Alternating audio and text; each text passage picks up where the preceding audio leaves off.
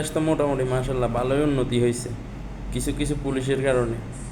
যাক, পুলিশগুলা কি সুন্দর নিতেছে, ঘুষ নিতেছে।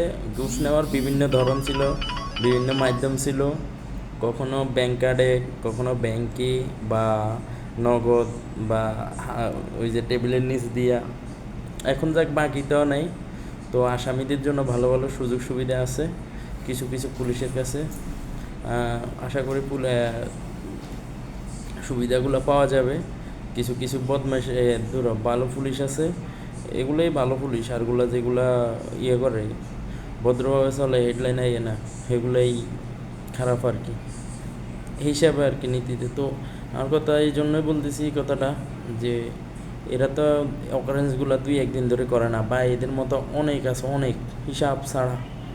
এই যে গাড়ির থেকে টোল নেয়, এইভাবে এইভাবে যে এত এত চাঁদা নিতেছে পুলিশগুলা, কোনো পদক্ষেপ আছে? নাই। কেন নাই? আমরা সাধারণ জনগণ হচ্ছি অসহায়।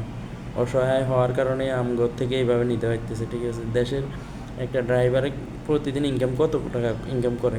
তার অন্তত 4-5 জায়গায় টোল দেওয়া লাগে। 4-5 জায়গার মধ্যে টোল দিতে গেলে 50-60 টাকা দেওয়া লাগে।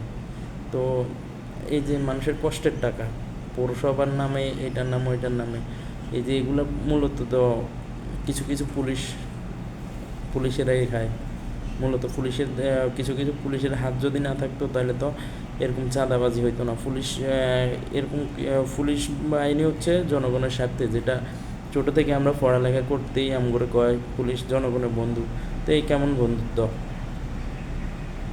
জনগণের এই কিছু কিছু পুলিশের কারণে এই সাধারণ জনগণ খুবই অসহায়। বলে আর কোনো লাভ হবে না। এগুলা সবাই জানে, নিত্য নতুন না, এগুলো কিছুই নতুন না। এগুলো প্রতিদিনে হয়, প্রতিদিন। তো এগুলোর থেকে কবে আমরা মুক্তি পাবো? আল্লাহ আমগরে কবে মুক্ত করব? আশা করি যদি আমাদের পুলিশগুলা আল্লাহ হেদায়েত দান করে আর কি।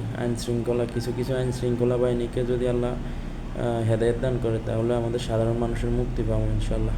তো আল্লাহ হেদায়েত দান করুক তাদের।